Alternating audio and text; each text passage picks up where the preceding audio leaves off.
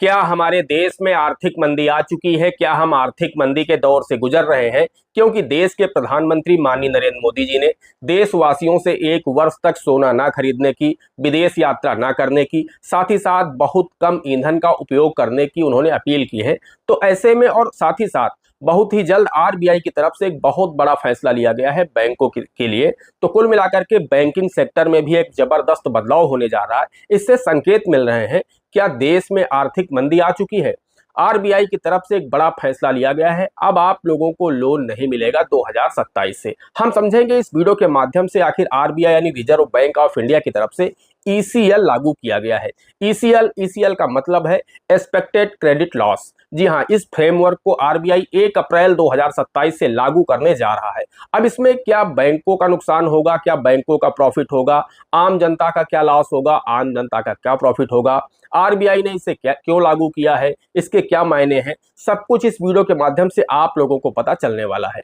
दोस्तों, वीडियो अगर आपको पसंद आ जाए तो वीडियो को एक लाइक जरूर कर देना। साथ ही साथ चैनल पर नए हैं, पहली बार आए हैं, इसी तरह के वीडियो आगे भी देखना चाहते हैं तो हमारे इस channel A to Z banking information को सब्सक्राइब कर लीजिएगा। साथ में बेल आइकन को जरूर प्रेस कर लीजिएगा ताकि जैसे हम इस तरह का कोई भी दूसरा वीडियो अपलोड करें तो उसका नोटिफिकेशन आपको सबसे पहले मिले।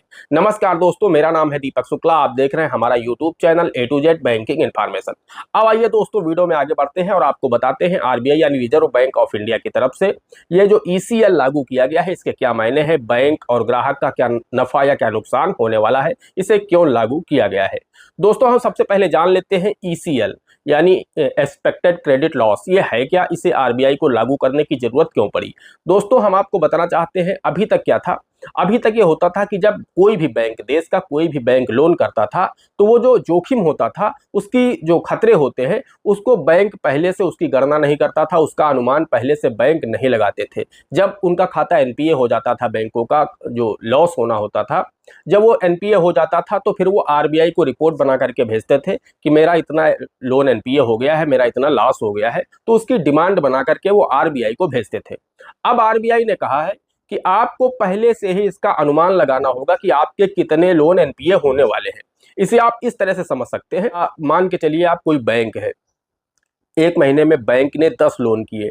अब उन 10 लोनों में बैंक को पहले ही यहाँ पर एक्सेप्ट करना होगा, बैंकों को पहले ही अनुमान लगाना होगा कि इसमें से जोखिम वाला लोन कौन सा है। अब बैंक उसमें मान के चलिए 3-4 लोन पहले ही जोखिम में डाल देंगे कि इन 3-4 लोन में जोखिम अधिक है। ये 3-4 लोन ऐसे हैं जिनके लौटने में दिक्कत हो सकती है, इनकी जो रिकवरी है कर पाना मुश्किल होगा बैंक के लिए। तो ऐसे में उनका जो भी अमाउंट होगा आपको उनको कैटेगरी में रखना होगा, first category, second category, third category, यानी पूरा लोन जाने की संभावना है या कुछ हिस्सा जाने की संभावना है।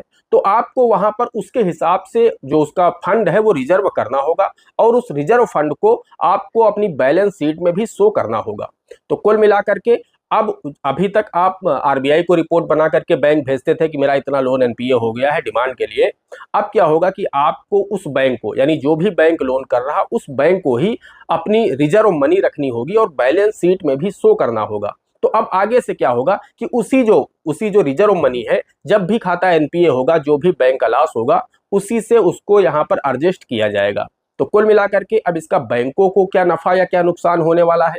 तो दोस्तों, जो फाइनेंशियल एक्सपर्ट है, जो भी इकोनॉमिक सेक्टर के लोग जानकार हैं, वो ये कह रहे हैं कि इस फैसले से आरबीआई जो 1 अप्रैल 2027 से लागू करेगा, इसके लागू होने से बैंकों का जो मुनाफा है 42,000 करोड़ रुपए तक कम हो सकता है। यानी 42,000 करोड़ बहुत बड़ा अमाउंट होता है। इसमें जो देश के बैंक है, भारत देश के, उनका इतना मुनाफा कम हो सकता है। अब मुनाफा कम कैसे होगा बैंकों का, क्योंकि यहाँ पर फंड पहले ही बैंकों को रिजर्व करके रखना होगा और अपनी बैलेंस शीट में शो करना होगा कि मैंने इतने लोन को जोखिम में डाल रखा है, मैंने इतने लोन एक फाइनेंशियल ईयर में किए और इतने लोन को मैंने जोखिम में डाला, इनका अमाउंट इतना है, और वो अमाउंट उनको बैलेंस शीट में शो करना होगा और रिजर्व रखना होगा। यानी बैंकों के पास पैसा कम हो जाएगा। बैंकों के पास जो पैसा अभी तक लोन बांटने के लिए होता था, बिजनेस करने के लिए होता था, अब उस पैसे को आरबीआई ने कहा आपको रिजर्व के रूप में रखना होगा। जितना आपको लोन बांटना है बांटिए, हमें लोन बांटने से कोई आपत्ति नहीं, आपको जितना पैसा है आप बांटिए, लेकिन जो जोखिम वाले लोन है आपको इसका पहले से ही अनुमान लगाना होगा कि आपके कितने लोन जोखिम वाली श्रेणी में हैं। तो उनका जो भी मनी, जो अमाउंट बन रहा है, उस अमाउंट को आपको रिजर्व करना होगा। तो ऐसे में बैंकों के पास क्रेडिट की कमी होगी। बैंकों के पास जो पैसा अभी तक होता था जिससे वो बिजनेस करते थे, लोन बांटते थे, और साथ ही साथ उनको डर भी नहीं होता था कि अगर हमारा लोन एनपीए होगा तो हम आरबीआई को भेज देंगे, लेकिन अब उनकी रिकवरी उस बैंक से खुद ही होनी है। तो ऐसे में यहाँ पर बैंक लोन देने से कतराएंगे। इसीलिए मैंने आपको शुरुआत में कहा था कि अब लोन मिलना मुश्किल हो सकता है 1 अप्रैल 2027 के बाद। अब इसका ग्राहकों के ऊपर क्या असर पड़ेगा? तो दोस्तों, ग्राहकों के ऊपर इसका यह असर पड़ेगा कि जिनका लो सिबिल स्कोर होगा, कहने का तात्पर्य यह है कि जिनका सिबिल स्कोर 730 से नीचे होगा, और 730 से नीचे सिबिल स्कोर वाले जो लोग हैं, देश में लोन लेने वालों की संख्या में 62% ऐसे लोग हैं जिनका सिबिल स्कोर 730 से नीचे है। कुल मिलाकर के उनमें रिस्क अधिक है। तो ऐसे लोगों को बैंक लोन देने से मना कर सकता है, या फिर ज्यादा ब्याज दर पर लोन दे सकता है, या फिर उनसे ज्यादा गारंटी मांग सकता है। आप मान लीजिए कार लोन लेना चाहते हैं, होम लोन लेना चाहते हैं, एजुकेशन लोन लेना चाहते हैं।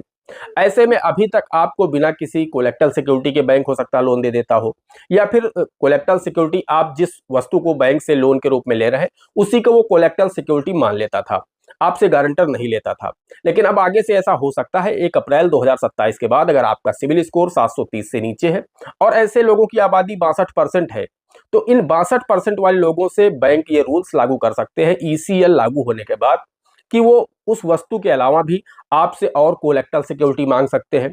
यानी अगर आप कार लोन ले रहे हैं तो आपके घर के कागज वो गिरवी रख सकते हैं, आपके पास अगर कोई लैंड है तो उसको गिरवी रख सकते हैं, आपके पास कोई एफडी है, बॉन्ड है, तो उसको अपने पास लियन कर सकते हैं, या आपके पास गोल्ड है तो उसको अपने पास, कुल मिलाकर के अधिक कोलेक्टल सिक्योरिटी बैंक आपसे ले सकते हैं।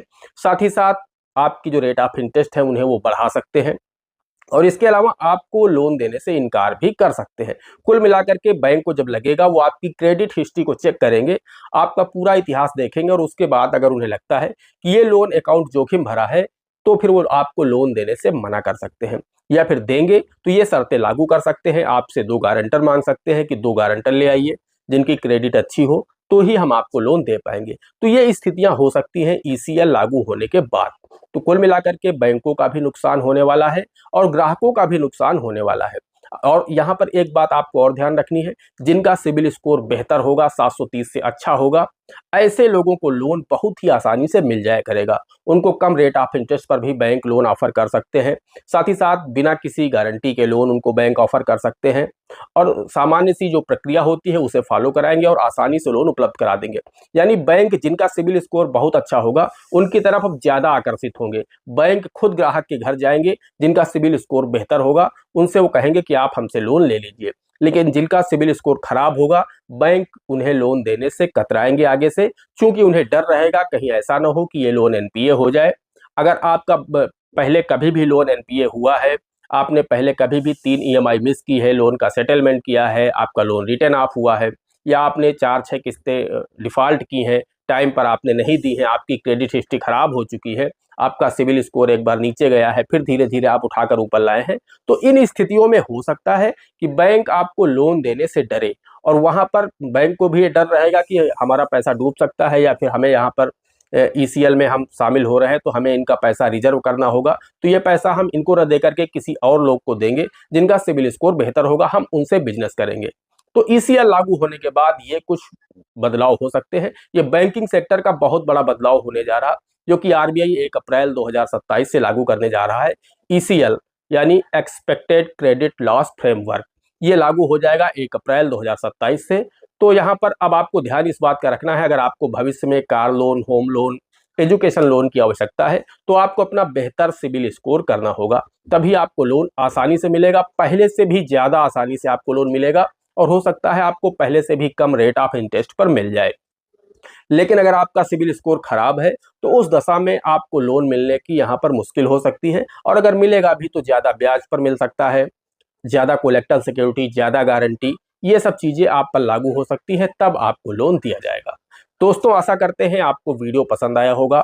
अगर वीडियो पसंद आया है एक लाइक कर देना। चैनल पर नए हैं, पहली बार आए हैं, इसी तरह के वीडियो आगे भी देखना चाहते हैं तो हमारे इस channel A to Z banking information को सब्सक्राइब करके साथ में बेल आइकन को जरूर प्रेस कर लीजिएगा, ताकि जैसे हम इस तरह का कोई भी दूसरा वीडियो अपलोड करें तो उसका नोटिफिकेशन आपको सबसे पहले मिले। दोस्तों, आज के वीडियो में इतना ही, मिलते हैं अगले वीडियो में किसी अगले इंटरेस्टिंग टॉपिक के साथ। तब तक के लिए जय हिंद, जय भारत।